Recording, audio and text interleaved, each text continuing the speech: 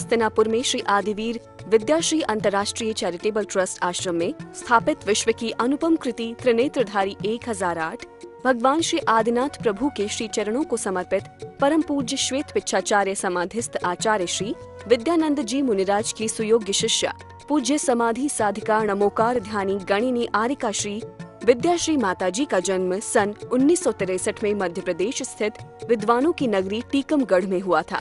पूज्य आरिका श्री विद्याश्री माताजी उनकी गृहस्थ जीवन की जुड़वा बहन है। पूज्य गुरुमा अपनी उम्र के काफी आगे के पायदानों पर पहुंचने के बाद भी अथक अविरल रूप से कठिन साधना करते हुए मोक्ष मार्ग की ओर प्रशस्त रहीं और उनकी करुणाएं देखते हुए हर किसी को ऐसा प्रतीत होता कि अपने साथ साथ अनेक संसारी जीवों के लिए मोक्ष का मार्ग प्रशस्त करना उनका परम लक्ष्य है। और ये सब हो भी क्यों ना, क्योंकि पूज्य आरिका श्री विद्याश्री जैन जगत की श्रेष्ठ आरिकाओं में से एक थीं।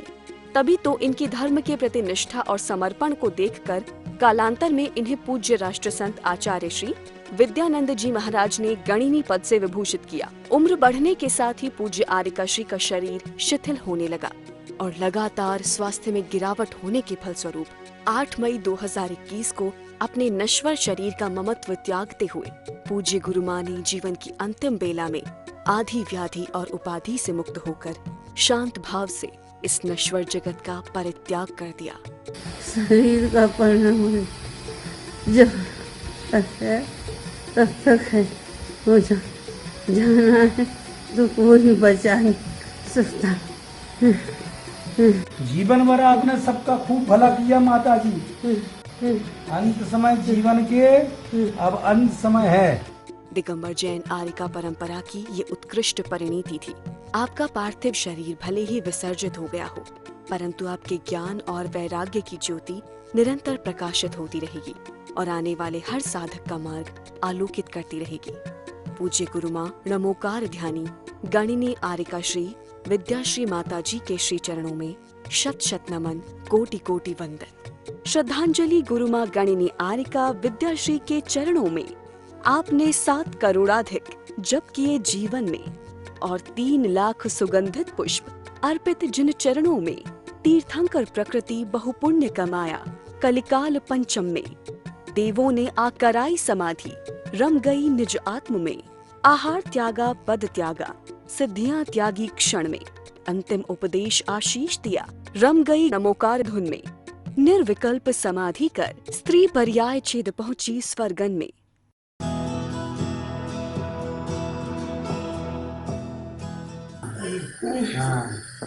और चारों प्रकार का आहार का त्याग। ठीक है, स्वस्थ हो गए तो आहार लेंगे, नहीं तो नहीं लेंगे। ठीक है, अगर स्वस्थ हो गए तो आहार करेंगे और नहीं तो चारों प्रकार के आहार का त्याग।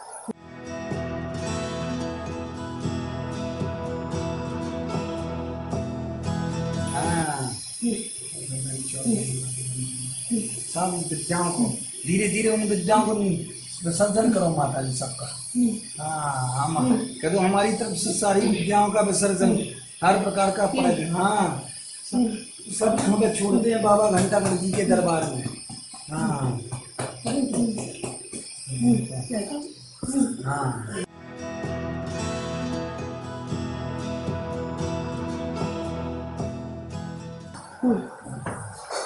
और कुछ बात कहनी है किसी को?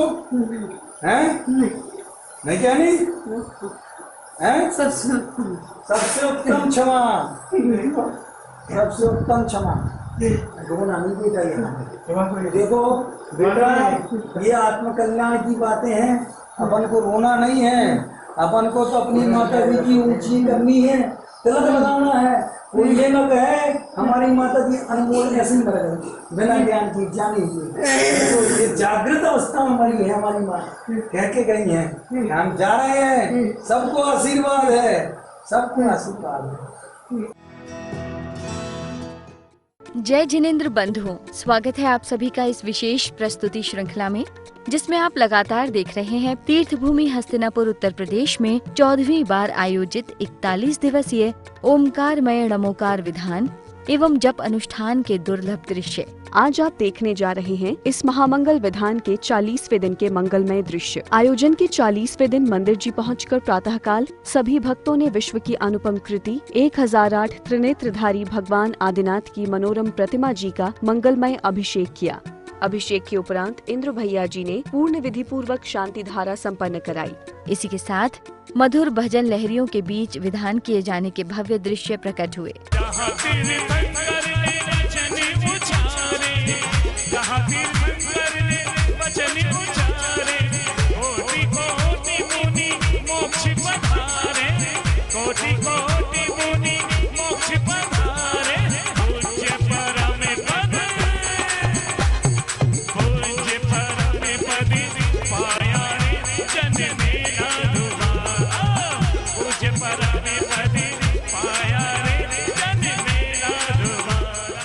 इस मंगल अवसर पर पूज्य माता जी ने अपनी मंगलवाणी से भक्तों का कल्याण किया। कल्पना चला था कि यह जीव कर्मों को, भोगों को और अनंत बार भोग चुका और छोड़ चुका। जैसे वह उल्टी को वह ग्रहण नहीं कर सकता है, ऐसे ही यह भोगों को बार बार इनको ग्रहण नहीं कर सकता है। फिर अब कहते हैं कि भाई यह कर्म और जीव का क्या संबंध है, कि हे भाई कर्म कर्म हितावंदी, कर्म ज्ञानावरणी मोहिनी कर्म अपने साथी कर्म को ही बांधता है। जीव जीव हितस्पृहा, जीव अपने हित का इच्छा करता है, प्रति समय वह अपने हित की इच्छा करता है कि हे भगवान कैसे हमारा हित हो। और कहते हैं स्व प्रभाव हुएस्ते, सब अपने अपने कर्म का जब अपने अपने प्रभावशाली शक्तिशाली प्रभाव को देखकर कहते हैं स्पृहा, कौन अपना हित नहीं चाहेगा, अर्थात सभी अपना हित चाहेंगे। तो कहते हैं भाई अनादिकाल से कर्म का और जीव का क्या संबंध है, तो कहते अनादि से जीव का और कर्म का, कहते हैं कभी तो कर्म बलवान होता है, कभी जीव बलवान होता है। जीव का और कर्म का अनादिकाल से बैर है। कहते हैं जब मोह का और किसका ज्ञानावरणी का प्रबलता होती है तो राग द्वेष ईर्ष्या वैमनस्यता उत्पन्न कर देती है, और वह अपने साथी ज्ञानावरणी और मोहिनी को बंद करता है, और मोहिनी और ज्ञानावरणी का बंद होने से वह कहते हैं कि संसार में नरक आदि गतियों में चला जाता है, और वहाँ कहते हैं नरक आदि गतियों में चला जाता है। ऐसा अनादिकाल से, अब से नहीं, अनादिकाल से कर्मों की संतति चल रही है और जीव उसमें पिसा जा रहा है, जीव उसमें बीच में पिसा जा रहा है। कहते हैं कि ऐसे अनादिकाल से जीव का और कर्म का ऐसा संबंध चला जा रहा है। और फिर कहते हैं हितसंबंधी, जीव अपने उसी में आत्मा का हित कर लेता है। कैसा विचार करता है कि पहले तो वो तत्व ज्ञान करता है, तत्व ज्ञान करके श्रद्धान करता है, और सिद्धान करके कहते जब उसे वह गुरु के उपदेश से और शुभ संग से, सत्संग से वह सम्यक दर्शन प्राप्त कर लेता है, तो उसका सम्यक दर्शन के प्रभाव से उसकी संवर और नेजरा होने लगती है, और जब संवर और नेजरा होने लगती है तो वो प्रभावशाली बन जाता है। प्रभावशाली बन जाता है तो फिर अणुव्रत और महाव्रत आदि लेकर कहते हैं ज्ञान, सम्यक ज्ञान और सम्यक चारित्र की वृद्धि कर लेता है। तो कहते हैं ऐसे कर्मों का और जीव का कैसा संबंध है, तो कहते हैं कर्मों का और जीव का कहते हैं अनादिकाल से संबंध है। जब ज्ञानावरणी कर्म का उदय होता है तो ज्ञान प्रकट नहीं होने देता है। जैसे बादल आ जाने पर वह सूर्य का जो प्रकाश है वह पृथ्वी पर नहीं आ पाता है। ऐसे ही ज्ञानावरणी कर्म ज्ञान को ढक देता है, दर्शनावरणी दर्शन को नहीं प्रकट होने देता है। जैसे चौकीदार है, पहरी है, दरबारी है, वह राजा के दर्शन करने आने वाले लोगों को वहीं रोक देता है कि भैया हम ना जाने देंगे। तो ऐसे ही ज्ञान दर्शनावरणी दर्शन को रोकता है, और दर्शनावरणी मोहिनी वेदनी कहते वेदनी सुख दुख का, जिस कर्म के उदय से सुख दुख का अनुभव होता है और स्वाद भी मीठा आएगा। तो कैसे ऐसे ही वेदनी कर्म से सुख और दुख दोनों अनुभव होते हैं। और कहते हैं वेदनी मोहिनी कर्म से, जिस कर्म के उदय से वो सुध बुध भूल जाता है। जैसे शराबी होता है ना, तो वह शराब के नशे में उसे कोई भी सुध बुध नहीं रहता। ऐसे ही वह अपने आत्मा के स्वरूप को भूलकर पर को अपना मानने लगता है कि ये मेरा, ये मेरा, ये मेरा। और कहते मोहिनी और अंतराय का नाम कर्म, कहते नाम कर्म के उदय से कहते जो शरीर की रचना होती है ना, वह नाम कर्म का है। मोटा हुआ, दुबला हुआ, पतला हुआ, लंबा हुआ, ठिनगा हुआ। जैसे चित्रकार होता है ना, तो अनेक प्रकार के चित्र बनाता है कि नहीं। ऐसे ही नाम कर्म के उदय से हम कहते हम मोटे हो गए, हम पतले हो गए, तो कहते मोटे पतला होना अपने हाथ की बात नहीं, ये तो नाम कर्म की रचना है। अंतराय कर्म कहते गोत्र कर्म, कहते उच्च गोत्र और नीच गोत्र। जो सम्मानीय उच्च कुलों में जन्म होता है वह तो उच्च गोत्र कहलाता है, और जो नीच गोत्र कहते हैं जो सम्मान्य नहीं है, लोकमान्य से नहीं है, ऐसे नीच कुलों में जो जन्म होता है वह नीच गोत्र है। अब कहते अंतराय जो विघ्न डालता है, जिस कर्म के उदय से अपने कार्य पूर्ण नहीं होते हैं, विघ्न आता है, उसे क्या कहते हैं? अंतराय कर्म कहते। ऐसे 8 कर्म के द्वारा यह आत्मा जकड़ा हुआ है। इनके द्वारा अपने आत्मा की जो शक्ति है, पूर्ण शक्ति है, वह प्रकट नहीं हो पाती है। कहते हैं कि मौत जिंदगी की हर धड़कन में बसी होती है। मौत जिंदगी की हर धड़कन में बसी होती है, और जिंदगी एक शिकंजे में कसी होती है। जिंदगी एक शिकंजे में कसी होती है। हर आंख को काजल भले ही नसीब ना हो, हर आंख को काजल भले ही नसीब ना हो, पर हर आंख आंसुओं से भीगी हुई होती है। हर आंख आंसुओं से भीगी होती है। बोलो महावीर भगवान की जय।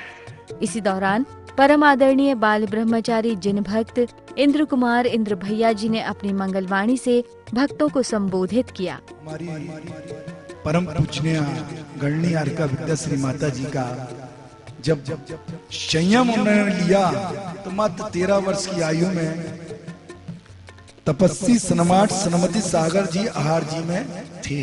उन्होंने अष्टांगा में 8 उपवास किए। तो बुंदेलखंड में ये परंपरा होती कि भीड़ की भीड़ पहुंच जाती है जहाँ कोई साधु तपस्या उपवास करता है। पंडित थे वहां पर, पंडितों की नगरी थी टीकमगढ़।